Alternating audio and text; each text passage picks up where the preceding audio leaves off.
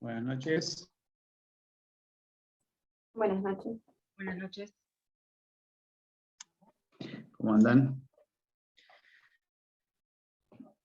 Bueno, hoy me toca a mí por el viernes, que con Patricio hemos cambiado los días. Así que vamos a seguir con mi tema, que es el tema de la subasta. Bien.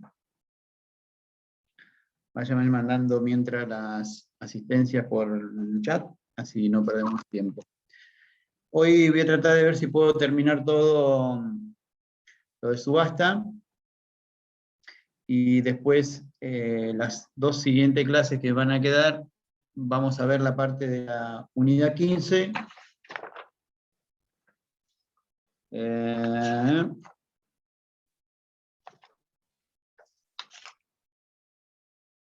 La unidad 15, que es desde el punto 3, sentencia de remate y liquidación. ¿Bien?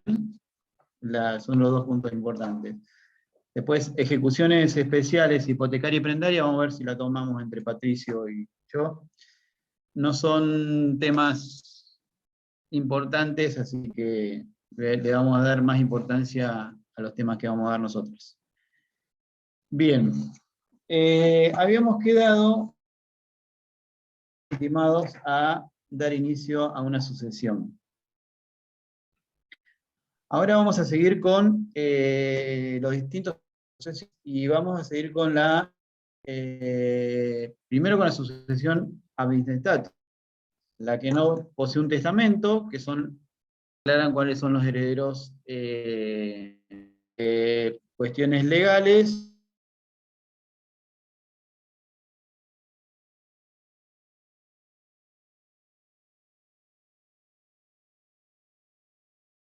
Entonces, cuando hablamos de ab Félix, intestato se cortó. ¿Se corta? Sí, se te cortó. ¿Ahora me puedo hacer escuchan? Ahora sí. ¿Le puedo hacer una consulta sobre la clase anterior que me quedó una duda o quiere que se la haga después? Sí, por favor. Sí. No, lo hacemos ahora. En cuanto a los procesos, si el causante tiene procesos como demandado o como actor, eh, se le da traslado a los hijos del causante para ver si quieren continuar o no con el proceso, siendo actor. Y en el caso de ser demandado, los procesos continúan igual en ¿Actor contra de o los hijos. acreedor me está hablando? A ver si te entiendo. Vos me estás hablando de un proceso ejecutivo, un proceso fuera de un proceso sucesorio. No te entendí la primera parte. Claro, yo pensaba que los procesos que tenga el causante, en un caso siendo en varios procesos, en algunos siendo actor, porque lo había leído en un ejemplo que se había dado en la cursada anterior, que eran el actor, en algunos procesos era actor y en otros procesos era demandado, y algunos procesos eran ejecutivos y otros procesos eran solamente procesos de daño y perjuicios o similares. Y ahí me quedaba la duda Sí. en cuanto cómo se actúa, si se actúa de la misma manera en las dos partes o si se actúa de diferentes maneras, entonces no entendí muy bien en esos casos. Claro. La acumulación de esos procesos, digamos, que son absorbidos por el sucesorio, por hacer un proceso universal, yo le explicaba a ustedes, era la cuestión pasiva, digamos, ¿bien? Que el demandado, el ejecutado, sea el causante, ¿bien? El fallecido. En ese caso, todos esos procesos van a ser absorbidos por el juzgado donde tramita el sucesorio. A los efectos justamente de que tramiten todos en un mismo juzgado, para cuando tengan que tomarse ciertas determinaciones en los bienes, se entienda cuáles son las deudas que puedan existir sobre esos bienes. ¿Bien? Entonces, ¿cómo intervienen luego del fallecimiento en el demandado? Intervienen los herederos o, en su caso, el administrador quiénes los herederos delegan.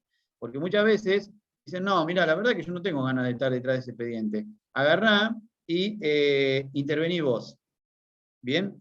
Y eso sucede no solamente en la parte pasiva, sino, supongamos que en un daño y perjuicios automotor, el actor, que es el que demanda por el accidente, luego fallece, los que van a seguir interviniendo en representación de ese fallecido van a ser justamente los herederos. ¿Bien? Los herederos se han sido declarados en la sucesión.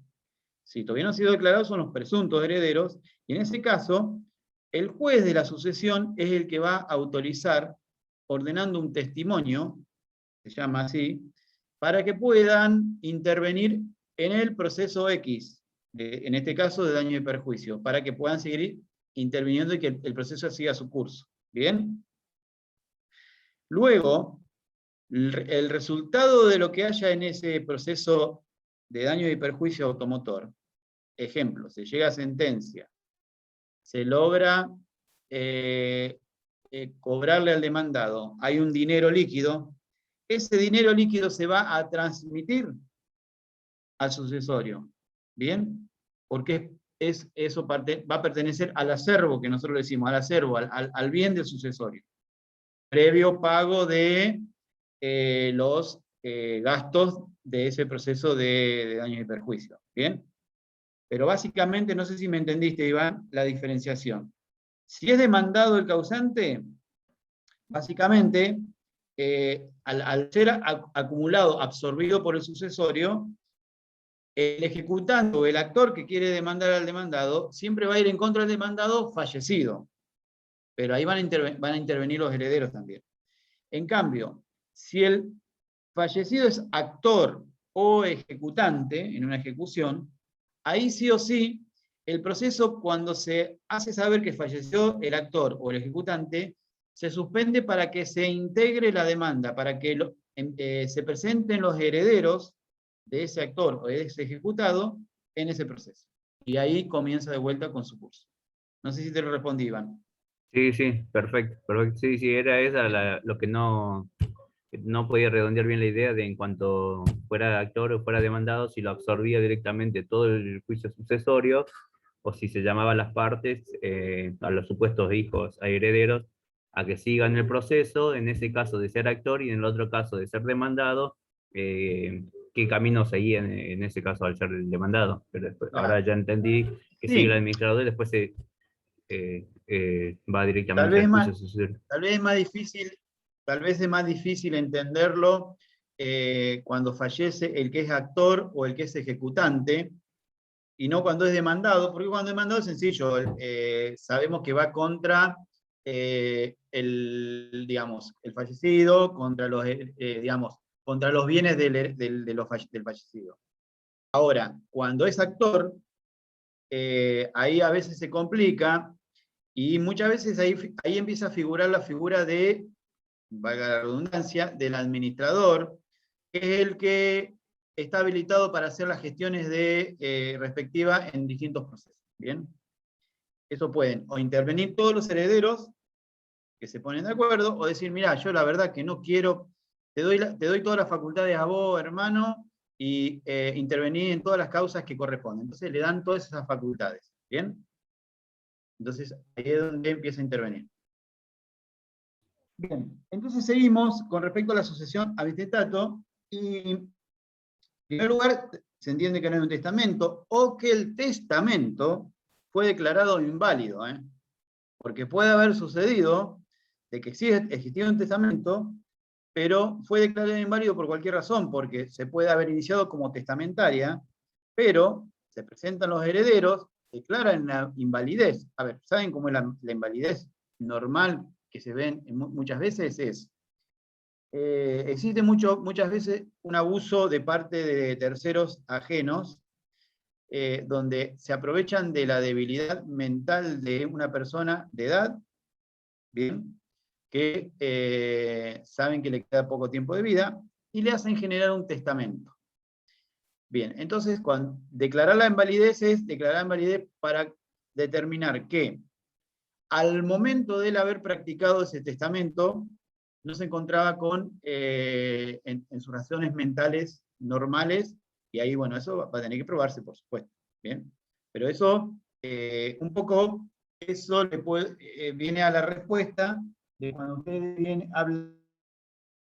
ven en el punto 4 la impugnación de la autenticidad o validez de un testamento, el último punto en el programa, que ahí van a ver justamente eso, no siempre el testamento porque se presente va a llegar a su destino final, porque puede ser impugnado, puede ser cuestionado, hasta puede ser el testamento planteado un incidente de acción de reducción, ¿bien? Porque afecta a la legítima. Supongamos, a la semana pasada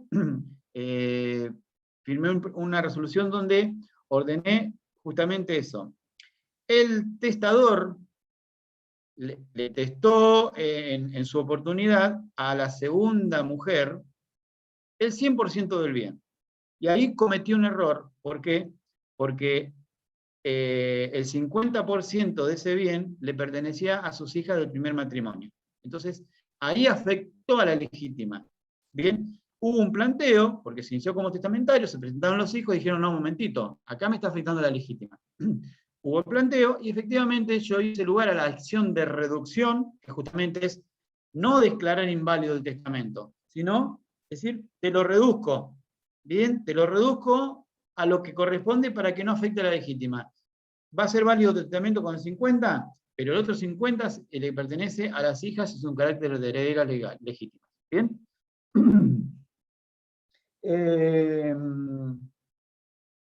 ¿Cómo es la apertura de este sucesorio? Bien, a ver, yo tengo acá una demanda de una acción, una intentato, ¿no?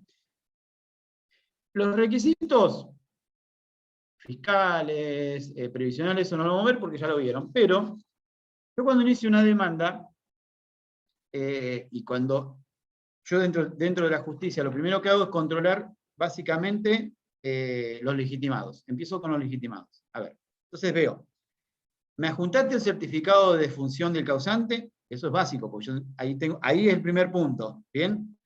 En base a eso, yo tengo que determinar que los que se presentan son legitimados. Bien, por ejemplo, el causante, el que falleció, dejó, digamos, tuvo 2 hijos, esos son los legitimados. La mujer está viva, también es legitimada. Está fallecida, solamente los hijos. No tiene hijos, no tiene mujer, tiene hermanos, son los hermanos.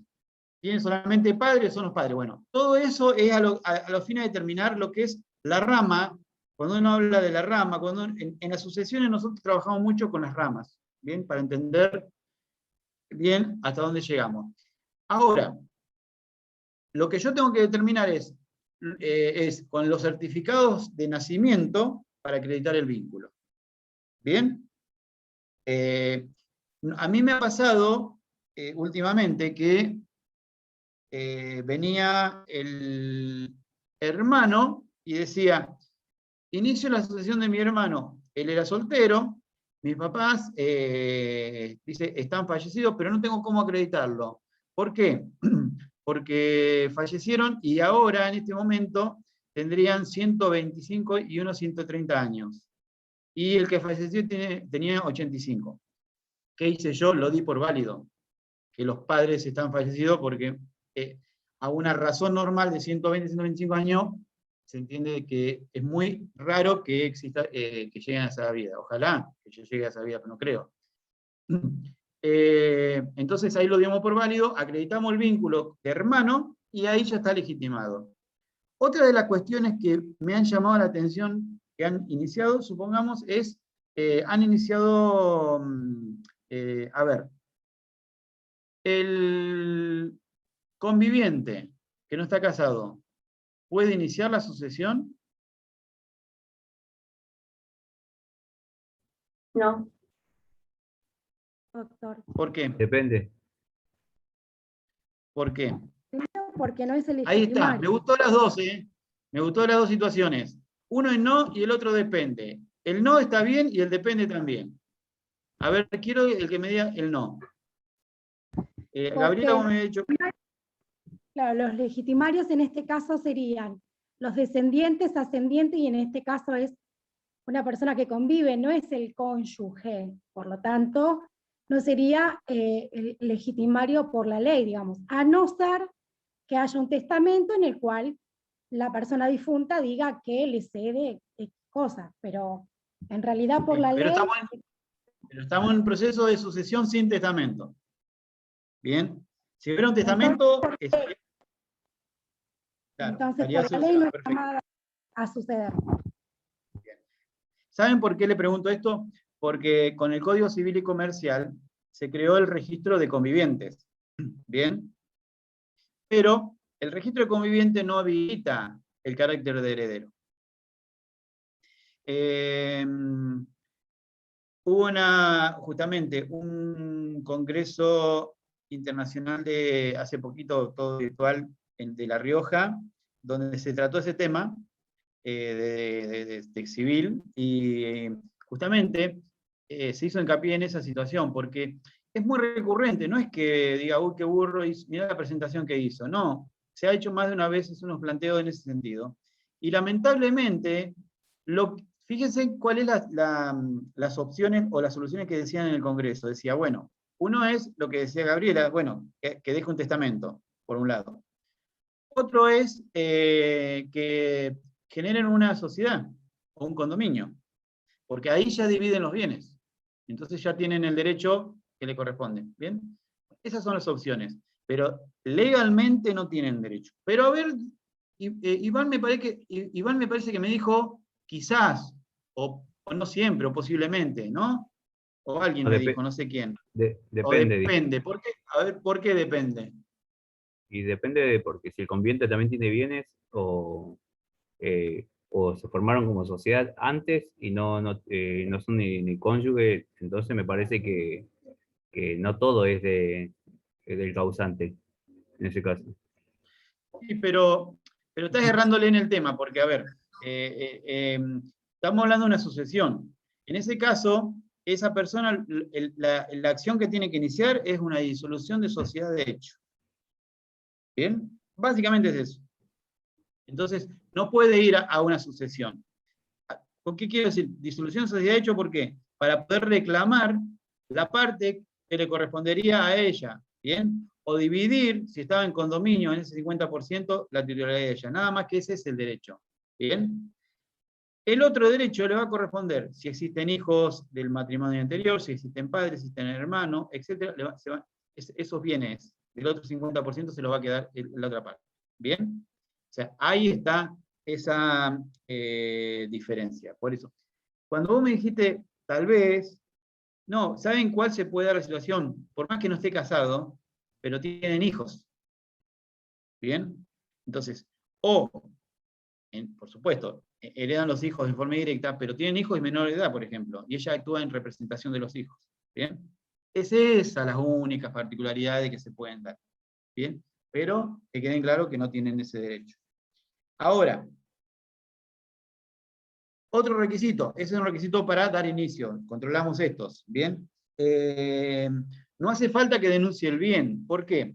Porque las etapas de la sucesión se dividen en 3 etapas, ¿bien? La sucesión, sin testamento, son 3 etapas. La primera etapa es el inicio, o sea, el inicio de la sucesión. La segunda etapa es la declaratoria, y la tercera etapa, la inscripción de los bienes, ¿bien? En la primera etapa no se le exige que indique cuáles son los bienes que tiene, porque no es necesario determinar los bienes. ¿Bien? Esos bienes se van a determinar al momento de que se haga una partición o una inscripción directa de bienes, si se llegan con acuerdo todos los herederos. Ahora, esa es una cuestión. Después tiene que determinar la cuestión de la competencia. Vieron que yo hablé de la competencia y de la prórroga de la competencia y toda esa historia. Bueno, ahí es muy importante porque nosotros analizamos justamente esto. ¿Somos competentes? Y bueno, ahí me tiene que determinar con la documentación, efectivamente, cuál fue su lugar de residencia habitual, y si hay prórroga, me tienen que determinar los herederos, bueno, todo lo que les expliqué en la clase anterior. ¿Bien? Se dan todos esos requisitos y estamos en condiciones de dar inicio a la sucesión. ¿Bien? La sucesión lo que hace es, en el primer despacho, es ordenar la apertura de sucesión. Bien, ahí empieza la primera etapa. Y se ordena una serie de publicaciones. Publicación de edictos. Primero, publicación. Sí, hagamos un ejemplo. Este causante tenía 3 hijos y su cónyuge. Y se presenta la cónyuge nada más y un hijo. Los otros 2 hijos no se presentan en esa demanda. Y dicen la cónyuge y este hijo dice, bueno, estamos peleados, entonces nos presentamos nosotros y denunciamos los datos. Denuncian los datos y denuncian el domicilio. ¿Para qué? Para notificar a esos herederos. ¿Bien? No obstante ello, se ordena Profe, la también publicación puede aparecer también un hijo extramatrimonial, ¿no? Exacto, por supuesto. Pero eso lo pueden desconocer ellos, y si lo conocen igualmente lo hacen saber. Eso depende de cada uno. Ahora, la publicación de edicto es obligatoria, ya sea que denuncie a los herederos y que se notifican por cédula, y ya sea que no lo denuncie y desconozca, porque hace uno de los requisitos obligatorios. Aquí empieza a jugar 2 cuestiones. Hay juzgados que publican edicto de una manera y hay otros juzgados que no. Y le voy a decir por qué. Antes del Código Civil y Comercial, todos los juzgados civiles de acá de Mar del Plata eran unánimes. Se publicaban edicto en el boletín oficial y en el diario de mayor circulación del lugar de fallecimiento del causante, ¿bien? Eso era antes. Se publicaba un día en el boletín y en el diario de mayor circulación del tal lugar por 2 o 3 días, dependía de cómo lo ordenaban. Bien. Acá, en Mar del Plata, no todos los juzgados trabajan de esa manera. ¿Por qué? Porque el Código Civil y Comercial, en la parte de sucesiones, que ahora no tengo anotado el artículo, habla de que se publica en el boletín oficial. ¿Y qué sucede? Como yo siempre les he dicho a ustedes en las clases, que el Código Civil y Comercial tienen artículos procesales, ¿bien? Muchos artículos procesales. Dentro de las sucesiones también hay artículos, y uno de esos es ese, donde determina cómo se publica y habla solamente en el boletín oficial. Bien. En base a ese argumento, y hay una doctrina muy fuerte de Marisa Herrera, que habla justamente de eso, y de Lorenzetti, en el código comentado del Código Civil y Comercial. Me están diciendo el 734, yo no tengo el código acá, pero sí, no soy memorioso con los artículos, pero sí con los temas. Me parece que el 2340 puede ser el Código Civil y Comercial. El Código Civil y Comercial. El que me habían dicho ahí, el 737, es del Código Procesal Civil y Comercial. Estoy hablando del Código Civil y Comercial. Yo estoy diciendo el 2340 del Código Civil y Comercial. El Código Civil y Comercial, tal cual. Que dice sucesión intestada, ¿puede ser? Sí. ¿Qué quiero decir con esto? En Mar del Plata solamente 2 juzgados ordenamos publicación de edicto en el boletín oficial. O sea, ¿qué quiere decir? El juzgado 1 y donde estoy yo. Solamente el boletín. Los demás juzgados hacen unas particularidades raras, que en el boletín oficial sí o sí se ordena, y algunos ordenan 1 o 2 días en el diario de mayor circulación. ¿Bien? Entonces, para que entiendan cómo se pueden dar en distintos lugares. Yo lo sostengo que para mí con el boletín es suficiente porque me lo avala el Código Civil y Comercial. Y por ahí hay una cuestión mucho más sencilla, porque la verdad, la publicación de edictos no cumple ningún sentido, porque ¿quién ve un edicto? ¿Bien? Ese es el fundamento. Y me lo ampara el Código Civil y Comercial. Eso por un lado. Después, Profe, una pregunta, porque por ahí estoy Sí. media perdida o no entendí. Las 3 Sí. etapas que explicaste la clase anterior, aplican tanto para la sucesión a intestato como para la testamentaria.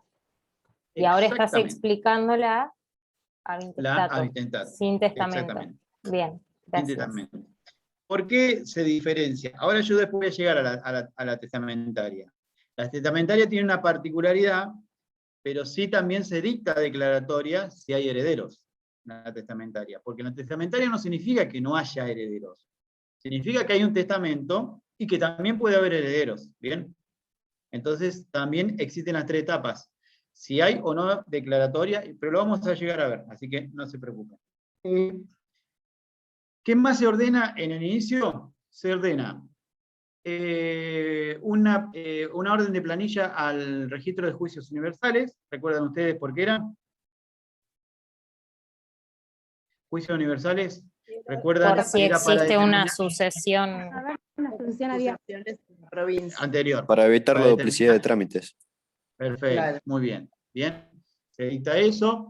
Al registro de testamento, bien, en el colegio escribano, donde se determina si existe un testamento, bien, para que me dé el informe negativo que le llamamos nosotros. Bien, al IPS, para saber si hay algún beneficio a favor del causante. Y con eso llegamos al primer despacho. Se ordenan las publicaciones, bien, y se determina, digamos, la publicación se ordena todo electrónico, en el boletín oficial previo pagado del timbrado que corresponda, nosotros desde el juzgado lo remitimos al boletín oficial. Y del diario La Capital lo sacamos. Ustedes recordarán cuando lo explicaba Carlos Turina con el código QR. Bueno, nosotros controlamos el edicto, se lo enviamos al abogado con el código QR que valida la firma y ellos mismos hacen la gestión, ya sea mandándolo al correo del diario o en forma personal, ¿bien? Depende por el tema de la pandemia. Bien, ahí llegamos. Hay una cuestión que se da, que es, una vez que están todos hechos los trámites que me contesta el informe negativo del IPS, el registro de testamento, en juicios universales, y me adjuntan la publicación de edictos, ¿bien?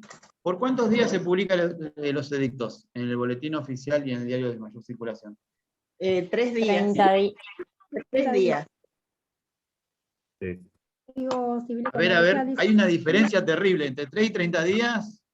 Para mí No, son son 3 días. Código Civil dice 3 por días. 30 días. 3 días. y 3 30 días, para 3 que se días. respeten los herederos. 30 días, a ver, vamos a ver. 30 días es la validez digamos, se publica por a ver, en el boletín oficial se publica por un día. En los diarios mayor circulación entre 2 y 3 días. La publicación. Una cosa es la publicación y otra es el plazo que tienen para poder hacer valer su derecho. Bien, ahí está la diferencia.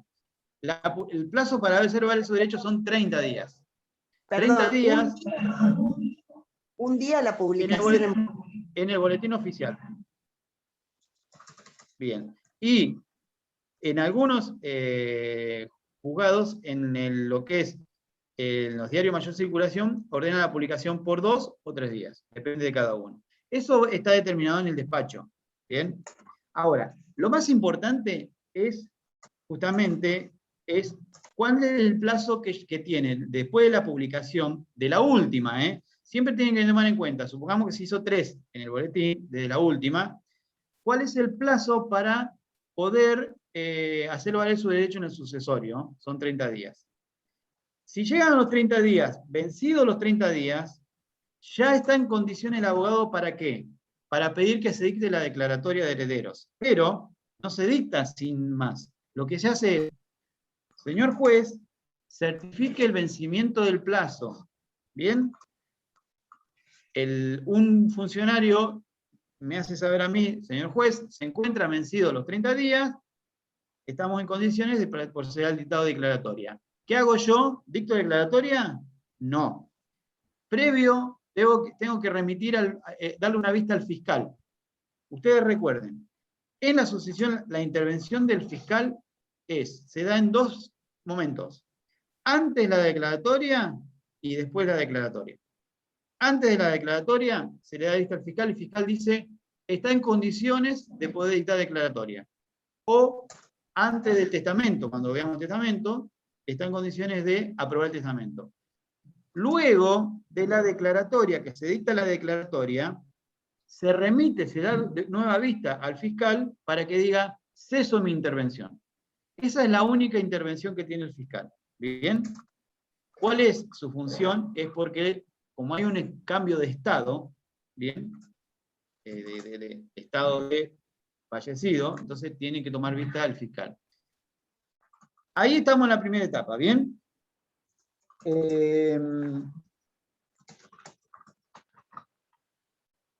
Llegamos a la declaratoria. La declaratoria es una sentencia interlocutoria, ¿bien? Que ustedes han visto en la primera parte. ¿Qué es una declaratoria?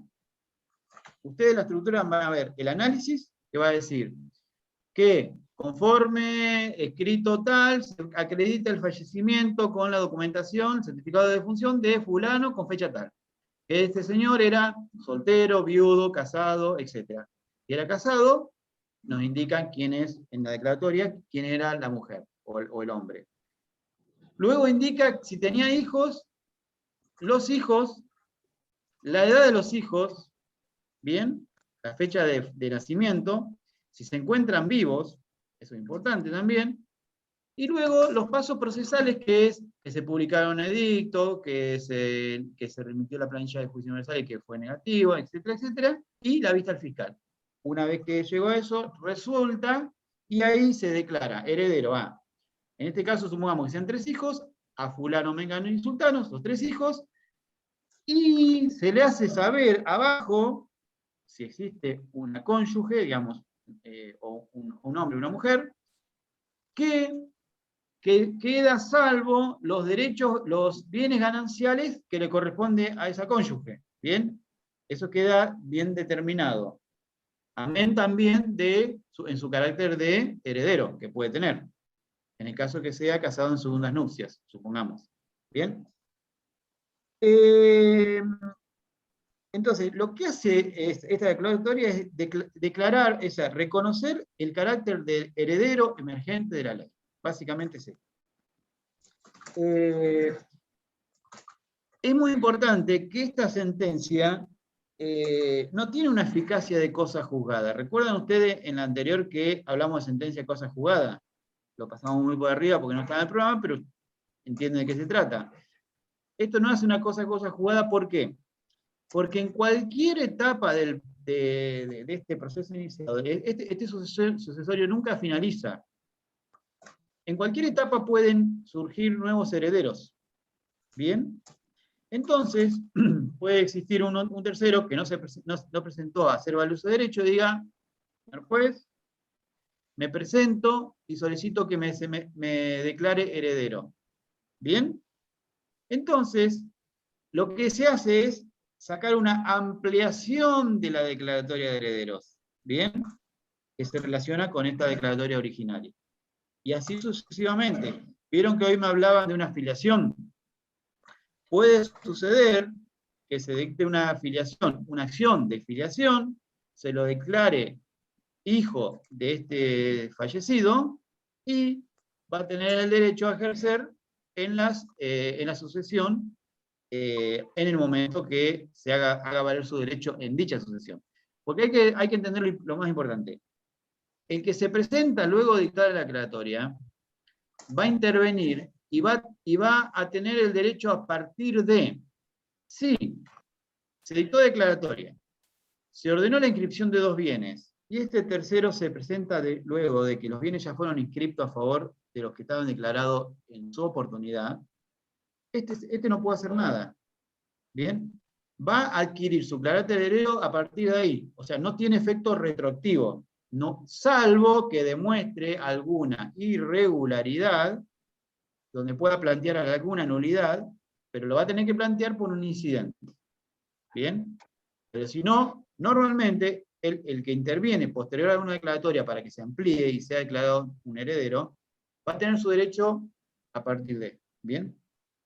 Eso por un lado.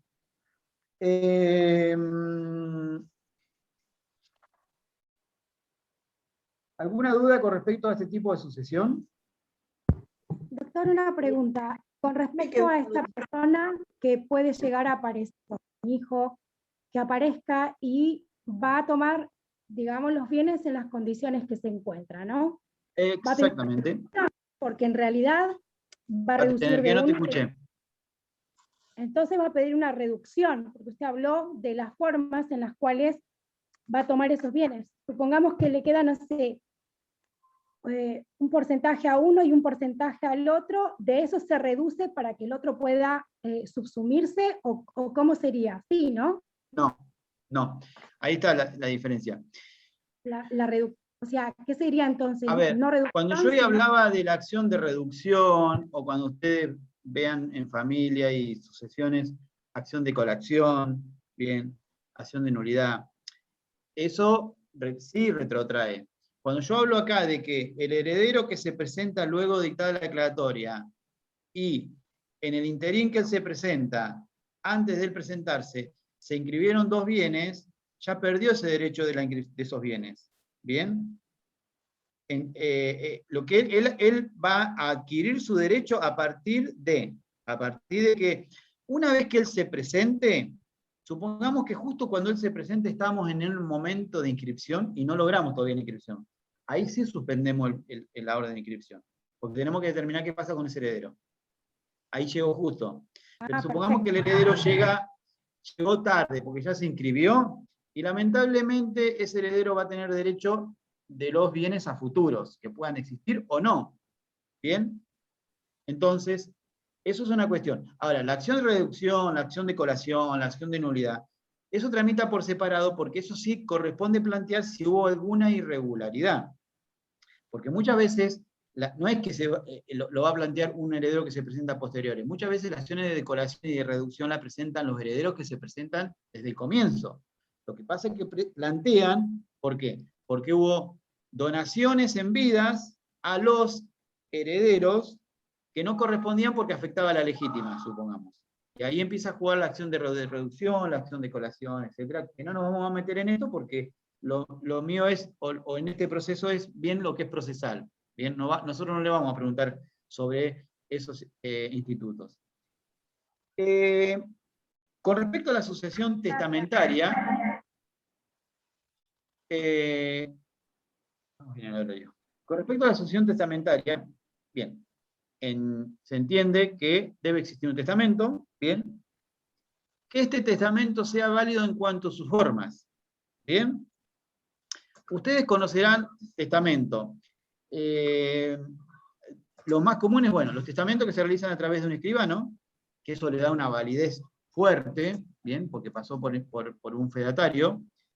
Y después existen los testamentos hológrafos, bien, o sea, lo que son escritos a puño y letra, bien, muy común, aunque ustedes no lo crean, porque se hacen, y ahí es donde surgen muchos los problemas que yo le hablaba hoy justamente de los testamentos, porque muchas veces se hacen firmar a gente muy anciana con abusos, bien, y le hacen firmar testamentos hológrafos donde generan unos grandes conflictos en la sucesión. Otra de las particularidades es que este testamento contenga la institución de heredero, ¿bien? O sea, el que diga quién va a ser declarado heredero. Y que el testador haya dispuesto en este testamento la totalidad de sus bienes, ¿bien? O sea, la totalidad. Porque ahí estamos diferenciando si está haciendo un legado o si está haciendo un testamento. Bien. Si está haciendo un legado, estoy diciendo, lego un solo bien, el automotor, a fulano, esto. Entonces, puede existir legados y pueden existir testamentos. Bueno, a ver, ¿cómo es el procedimiento? Se inicia, acá yo tengo una sucesión testamentaria, se lo voy a leer muy cortito el antecedente. Dice, testamento, que en vida de la causante, con fecha 24 de mayo de 2003, en esta ciudad, y de su puño y letra, acá estamos hablando de un testamento hológrafo, otorgó un testamento a favor de su hermana, dice acá, instituyéndola como heredera universal, atento a la falta de herederos forzosos debido a que ella no tuvo hijo. Dicho testamento tiene su firma certificada por la escribana. ¿Bien? Entonces, aquí es mucho más sencillo, menos problema. Aquí no es un testamento por escritura pública. Es un testamento hológrafo certificado por el escribano. ¿Bien? Ahí está la diferencia. ¿Bien? ¿Por qué? Puede ser o no certificado, no hace falta. O sea, ¿qué es lo que quisieron hacerlo con la certificación? Darle mayor validez a la firma. Decirle en el testamento quiénes firmaron. El que testó y los testigos. ¿Bien? Eso es lo importante de determinar en el testamento hológrafo. Si es por acto público, que sería en este caso de un escribano, se notifica, en este caso, si es en ese sentido, a los herederos instituidos por 30 días. Y a la vez se publica edicto también. ¿Bien? Porque ahí es a los efectos de hacer valer algún heredero válido que no ha sido reconocido o que lo quieren obviar y efectivamente existe. Como el que sucedió en el ejemplo que yo le di. En el ejemplo que yo le di, que se hizo la acción de reducción, se presentó la heredera testamentaria y dijo, yo soy heredera. Y después vinieron los hijos y dijeron, no, momentito, nosotros también somos herederos legítimos. Y ahí donde comenzó, digamos, esta solución, este planteo que se resolvió a través de un incidente, ¿bien? A través de un proceso por separado. Si es un testamento hológrafo, ¿cómo se hace el testamento hológrafo? Se presenta, se ofrecen 2 testigos para que reconozcan la firma de aquel, ¿bien? Que hizo el testamento hológrafo, y se señala una audiencia, ¿bien? ¿Para qué? Porque ahí lo que se hace es, justamente, teniendo a la vista ese testamento, los testigos procedan a reconocer que efectivamente ellos firmaron ese testamento hológrafo. ¿Bien? Y para que los que se consideren como herederos legales se puedan también presentar y manifestar alguna posición, porque sucede muchas veces, y lo hemos visto, que dicen, no, un momentito, este testamento, la verdad, es inválido, cuestionamos la firma, bien, ahí se puede pedir una pericial caligráfica, para determinar a ver si efectivamente esta firma era válida. ¿Cómo se hace esta pericial caligráfica? Tanto fallecido el causante es con una firma indubitada, o sea, conseguir que tenga una firma, supongamos, en una cuenta corriente, para determinar que efectivamente estamos hablando de la misma persona. ¿Bien? En este caso, lo que se hace es, luego de que se valida ese testamento hológrafo, lo que hace el juez es cerrarlo, ¿bien? Cerrarlo significa, es rubricarlo, ¿para qué? Para que ese testamento hológrafo no sea agregada ninguna información más o ninguna particularidad más que pueda beneficiar al heredero y perjudicar beneficiar al testamentario y perjudicar a los herederos. Luego de esto, lo que se hace con este testamento hológrafo es, se ordena la protocolización, ¿bien? ¿Qué es protocolizar? Es convertir ese documento, este testamento, en documento público, ¿bien? ¿A través de qué? De un escribano. Lo que va a hacer el que presenta las sucesiones, designar un escribano, el escribano se va a presentar en el expediente, va a solicitar el expediente, va a solicitar ese testamento hológrafo para protocolizarlo. ¿Cómo lo protocoliza? Es decir, efectivamente que este testamento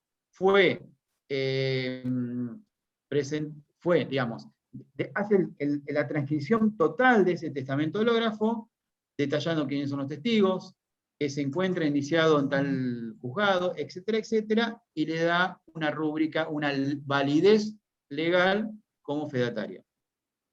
A partir de ahí, lo que hace el juez es aprobar ese testamento. ¿Bien? Y ahí empieza a jugar lo que me preguntaba, creo que Julieta, es la segunda etapa. Si hay herederos, se dicta la declaratoria de herederos. ¿Bien? Si no hay herederos, porque ninguno se presentó a valer su derecho, lo que se hace es aprobar el testamento y ya se venció la segunda etapa, ¿bien? O sea que ahí, la segunda etapa del que yo hablo es con una declaratoria o con una aprobación de testamento, o con una aprobación de testamento únicamente, ¿bien? Entonces ahí llegamos. Luego pasaremos a la tercera etapa, que es la que vamos a ver ahora, que es la inscripción de las bienes, lo que es el, digamos, el inventario, el avalúo que vamos a ver. Y por último, viene a jugar lo que es la herencia vacante, que aunque ustedes no lo crean, existe más de lo que parece herencias vacantes. ¿Bien? Para ustedes, ¿quién se cree que se quedan los bienes? ¿Con quién esos bienes a quién, dónde van? ¿Dónde terminan esos Al bienes? Estado. Estado. Pero los puede, tengo entendido que los puede también denunciar una persona que tiene conocimiento del mismo, y creo que le dan un porcentaje o algo así, por haber informado al Estado que hay un bien, digamos, para hacerse del mismo. Perfecto. Sí, perfecto. Hay que salir a buscar a herencias vacantes. Ah, tan desesperados ustedes cuando sean abogados recién recibidos van a querer buscar. Sí, exactamente. Es un derecho a recompensa que se le llama, ¿bien? Por los gastos, por el derecho a haber denunciado los bienes, y a la vez también el abogado, ustedes si son abogados de esta persona, tienen derecho a regulación de honorarios, en este caso, ¿bien? Está bien. En este caso es, bueno, en la herencia vacante es que no se hubieran presentado herederos, o que los presentados no hubieran acreditado su calidad de tales. Bien, porque se presentó uno y dice yo soy heredero y no pudo acreditar por nada en el mundo, o justamente hablamos de una filiación. Que no, yo presenté una acción de filiación, fenómeno, se suspende el proceso. Se dicta sentencia, en la acción de filiación se dice que no es hijo. Entonces, carece de legitimación para poder ser heredero. En ese caso, esa herencia se va a reputar vacante. Ahí lo que sucede es algo que prevé el código, es que se designa un curador al representante de la autoridad encargada de recibir las herencias vacantes, que es el fisco. ¿Bien? ¿Cómo es el procedimiento? Bueno, en primer lugar, se presume en esta herencia vacante, luego de la publicación de edictos, ¿bien? Normal. Se presume que carece de pariente con vocación hereditaria o que no tiene herederos testamentarios. ¿Por qué? Porque también se libraron la planilla al registro de testamento, tampoco dice que dejó un testamento, y efectivamente están en condiciones de poder declararse vacante la herencia. Bien. Luego de eso, donde se determina que justamente esa herencia es vacante y que esos bienes van a pertenecer al Estado, al fisco, se deben inventariar y evaluar esos bienes, ¿no? Así como pagarse las deudas de la sucesión. Es decir, inventariar significa determinar cuáles son los bienes y cuál es el valor de esos bienes. ¿Bien? Y luego dice pagar las deudas que puedan existir en lo que es publicación, esta historia, y en lo que vos me decías, Gabriela, supongamos que fue iniciado por un tercero que diga, mira, hay una herencia donde es vacante, hago saber a la justicia, para que luego me den mi derecho a recompensa por haber hecho saber esta sucesión y los honorarios que le corresponden a su abogado. ¿Bien? Entonces, en ese caso, ¿cómo se materializa esta inscripción? Normalmente lo que hacen es inscribir el bien a favor del Estado, o lo que hacen comúnmente la gran mayoría que se viene haciendo es subastar el bien. ¿Bien? Porque el Estado lo que le interesa no es el bien en sí, le interesa el dinero que entra a las arcas del Estado. Entonces, ¿cómo hace? Se hace una subasta. ¿Bien? Que en la clase que viene yo voy a hablar de subasta justamente, y han planteado muchas veces sortear la suerte de la subasta electrónica que existe ahora, para que se subaste por unos carriles administrativos de ellos, y nosotros les hemos dicho que no, porque era una viveza en el cual había siempre los famosos negocios detrás de estos bienes. Hay una particularidad. Supongamos que fue declarada vacante la herencia, ¿no? Pero luego de eso vienen y dicen, se presentan herederos, un momentito, hay herederos, ¿bien? Entonces, ahí modifica esa sucesión, no significa que ya perdieron el derecho. Se presentan, van a adquirir, acreditando su legitimación, su carácter de heredero, con posterioridad de dicha declaración. Ahí empieza a jugar un poco lo que hablamos, Gabriela, de van a tener el derecho a partir de cómo se presentan. Si ya se presentaron tarde, que ya se vendió el bien, y lamentablemente ya llegaron tarde. Pero si no, sí van a tener el derecho a que sean inscritos a favor de ellos. Ahora, o sea, ¿qué quiere decir con esto? La autoridad encargada, si tuviera los bienes, lo va a devolver en el estado que se encuentre. ¿Bien? Pero, en este caso también va a tener derecho el Estado, el fisco, a un derecho por los gastos ocasionados por haber intervenido en esa sucesión. ¿Bien? Entonces, básicamente, es eso. Esa cuestión de la herencia vacante. Ahora, otro punto. ¿Cómo estamos con el tiempo? Sí, bien. Es lo que es la administración de la herencia. Yo lo tengo en el programa acá. Habla de administración provisional y de definitivo. ¿Bien? A ver. Desde el inicio sucesorio, el juez ordena todos los actos conservatorios de los bienes que sean necesarios para en la apertura de sucesión. ¿Qué quiero decir con esto? Si uno inicia una sesión y piden cautelares, piden mandamiento de constatación, oficios a los bancos para saber si hay bienes, todos actos conservatorios que sean necesarios para que esos bienes no desaparezcan, el juez automáticamente tiene la obligación de ordenarlos. ¿Bien? Ahora, es a los efectos de poder determinar y llegar al momento de determinar la comunidad de bienes y poder distribuirlos. Entonces, aquí empieza a jugar una vez abierto el sucesorio, ni bien se abre el sucesorio o a posteriori, a petición de parte o de oficio, se podrá disponer medidas conservatorias.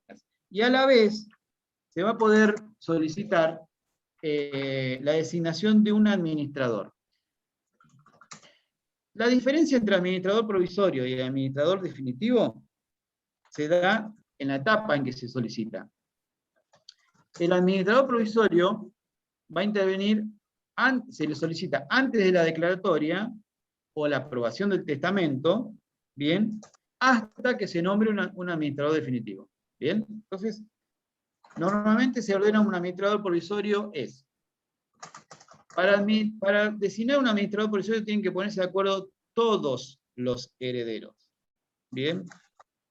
Si falta uno, el juez no lo puede autorizar. Tienen que estar todos y decir, nos ponemos de acuerdo que sea mi hermano, nos ponemos de acuerdo que sea mi madre. ¿Bien? Entonces, el juez, ¿qué hace? Si se ponen de acuerdo, saca un despacho que dice, procédase se tiene por aceptado la designación de administrador provisorio y procédase a la designación del mismo. ¿Cómo era antes del COVID? Tenía que presentarse en el juzgado a aceptar el cargo. Como ahora estamos con COVID, donde no hay atención, nosotros ordenamos que haga una presentación electrónica en PDF, o sea, en un escrito electrónico, un escrito firmado que adjunta el abogado en PDF, donde hace saber o materializa que acepta el cargo de administrador. Ese cargo de administrador, una vez que nos presenta la aceptación de cargo, nosotros ordenamos que se ordene la confección de un testimonio. ¿Este testimonio saben para qué sirven? ¿Vieron lo que les explicaba hoy cuando Iván me preguntaba para la intervención siendo que el causante era actor en distintos procesos? Bueno, ese testimonio sirve para hacerlo valer en esos procesos, ¿bien? Porque va a actuar en carácter de administrador para realizar las gestiones, en este caso. El administrador, supongamos, puede ser hasta solicitado en un testamento, puede ser otorgado.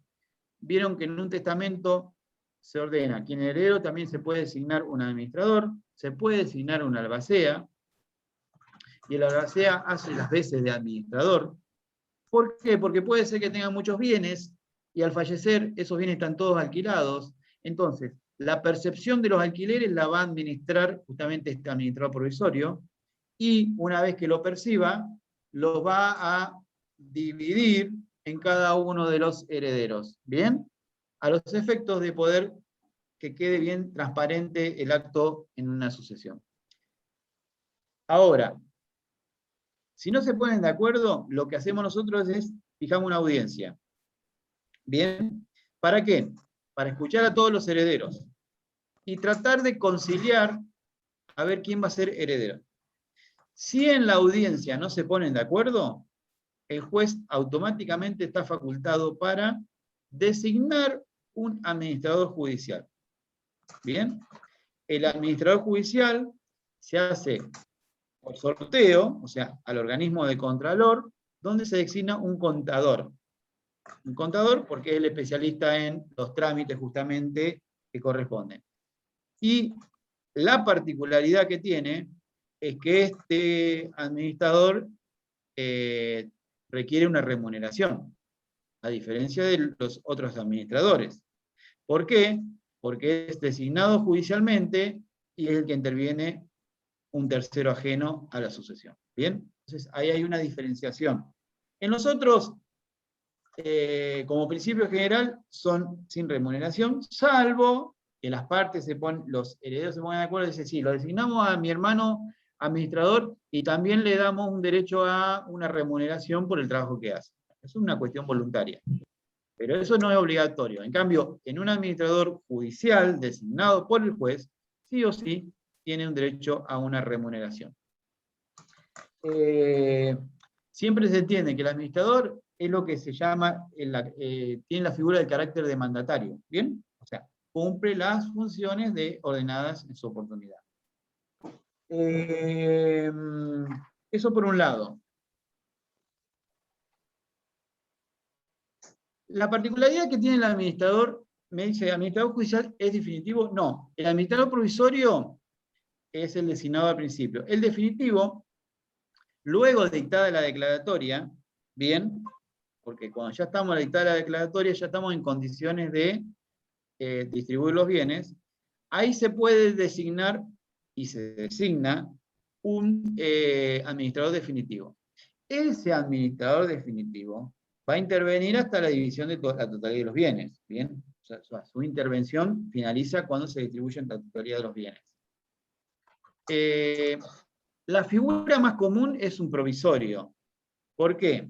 Porque lo que sucede en la mayoría de las sucesiones es, se ordena un administrador provisorio, una vez que se dictó la declaratoria, se ponen de acuerdo los herederos, dice, bueno, dividimos los bienes, y listo, lo inscribimos al inmueble por treo, o se queda uno, yo le doy dinero, etcétera, etcétera, como lo quieran partir.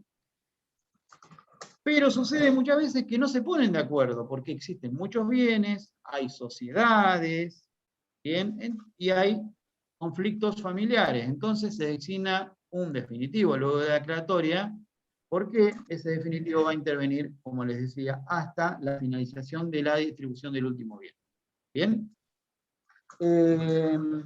Ese administrador debe rendir cuentas trimestralmente, salvo que la mayoría de los herederos hubiera otorgado otro plazo. Pero si no, trimestralmente tiene que rendir cuentas. Y al terminar su función de administrador, deberá rendir una cuenta final. Es un informe final. Y bueno, básicamente, como les decía, que tiene un derecho a remuneración si fue designado judicialmente. Por último, vamos a tratar de ver si llegamos a inventarios y avalúo. A ver. Inventario y avalúo. Ustedes lo ven en el punto último, que lo que es partición. A ver, en principio general, la partición normal que uno ve es, luego de la declaratoria, los herederos se ponen de acuerdo y no realizan este trámite de partición con inventario, avalúo, determinando las hijuelas, no. Directamente dicen, bueno, señor juez, hacemos saber que este bien inmueble va a ser, quiero que se inscriba la declaratoria por las partes proporcionales que correspondan conforme habiendo sido declarado. Supongamos, son 3 herederos, serían dividido una tercera parte de ese 50% y el otro 50% a favor de la madre se va a seguir manteniendo. Entonces se va a inscribir ese 50%, básicamente.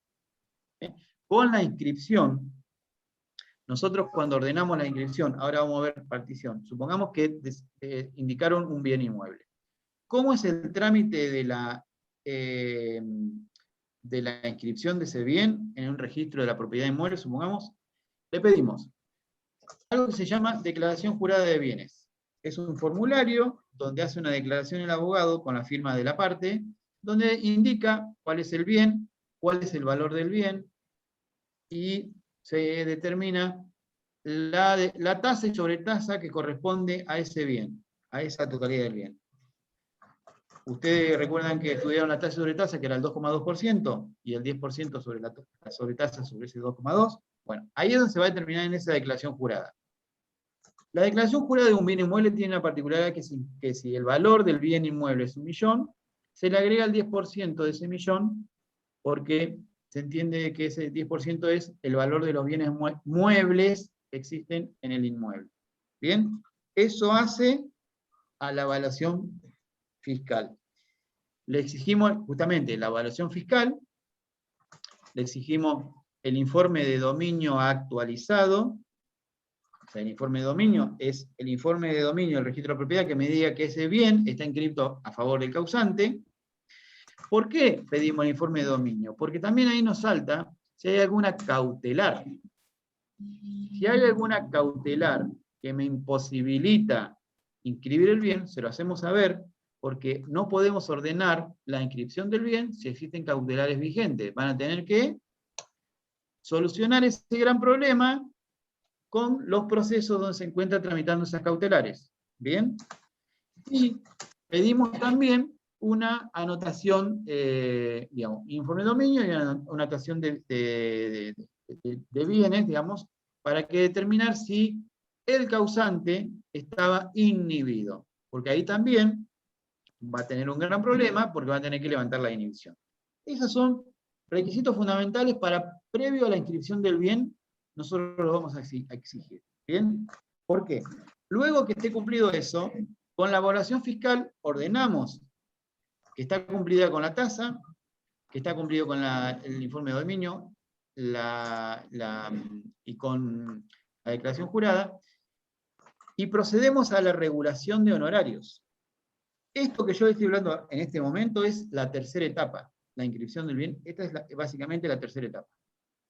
Cuando regulamos honorarios, ahí lo determinado en base a la evaluación fiscal, que se divide la evaluación fiscal, como ustedes cuando vean en ARBA, es evaluación fiscal e impuesto al acto. La evaluación fiscal se toma para la tasa de justicia, el impuesto al acto para la regulación de honorarios. ¿Bien? Regulamos honorarios. Hay un solo abogado, regulamos honorarios. Eso es el paso previo. Ahora, cuando ven ese despacho donde se ordenó todo de esa manera, lo que tiene que hacer el abogado es cumplir con lo demás, que es acreditar el pago de la tasa sobre tasa, acreditar el pago de los honorarios, o sea, que le pagaron los honorarios y que cumplieron con los aportes, ¿bien? Esos honorarios, y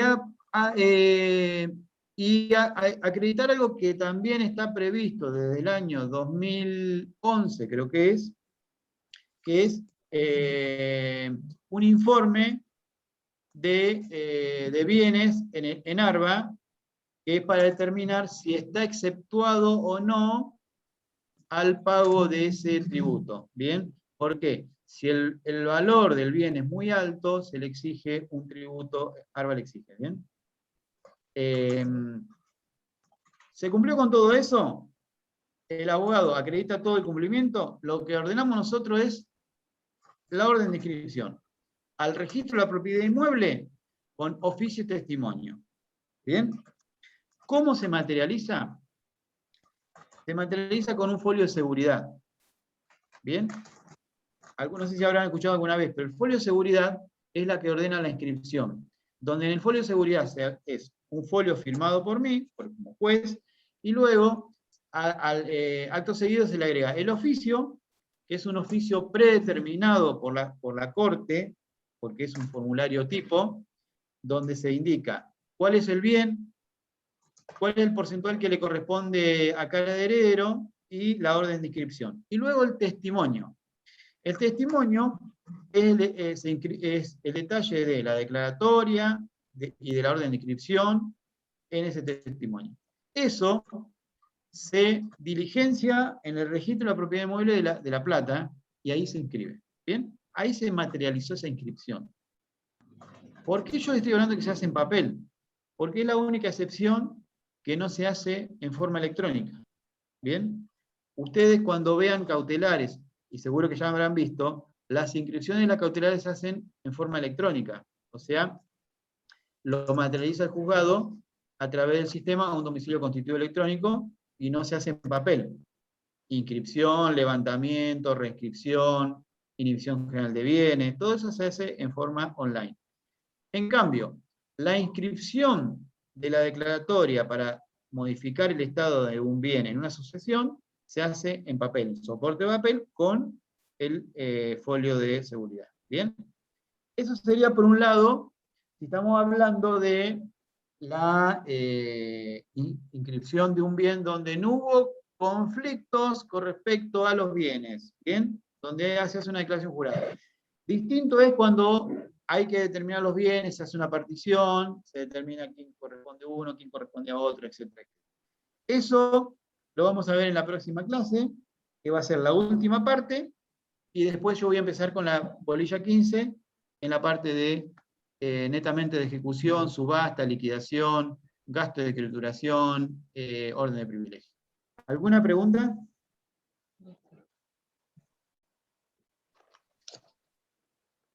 Yo le quería preguntar por el trámite de IPS que usted mencionó sobre la certificación negativa.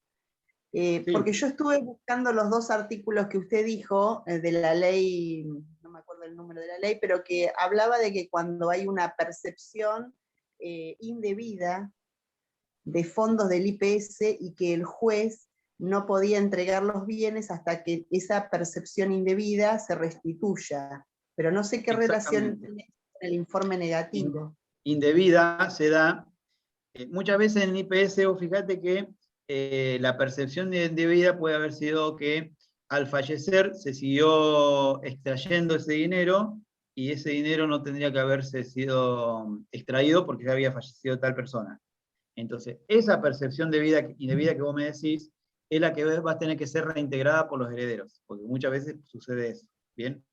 Los herederos, sabiendo que falleció, siguen extrayendo dinero de un beneficio en IPS, sabiendo que al fallecimiento no correspondía seguir extrayendo ese dinero, ¿bien? Ese beneficio. Entonces, ahí es donde va a surgir. El 99,9% son informes negativos, ¿bien? Es muy raro que se dé esta situación de alguna extracción indebida. Pero si llega a suceder, el juez lo que hace es alerta y dice, bueno, mire, acá hay algo, y van a tener que solucionarlo. ¿Qué significa? Que van a tener que devolver lo indebido para poder seguir su curso al momento de inscribir los bienes que puedan existir. Claro, o sea, negativo es que nadie recibe. Claro, negativo, cuando yo hablo negativo es que no hay ninguna ilegalidad o algo que pueda perjudicarle. Digamos. Es negativo el informe, es lo que quiero. Bien, perfecto, gracias. Bien, ¿alguna otra pregunta? Bueno, nos veremos la semana que viene. Yo creo que ya vuelvo la semana que viene el viernes, así que tengan buena semana. Gracias. Buenas noches. Chao, Gracias. gracias. Nos vemos la semana Chao, que hasta viene. luego. Chao, gracias, Felipe. Chao, gracias.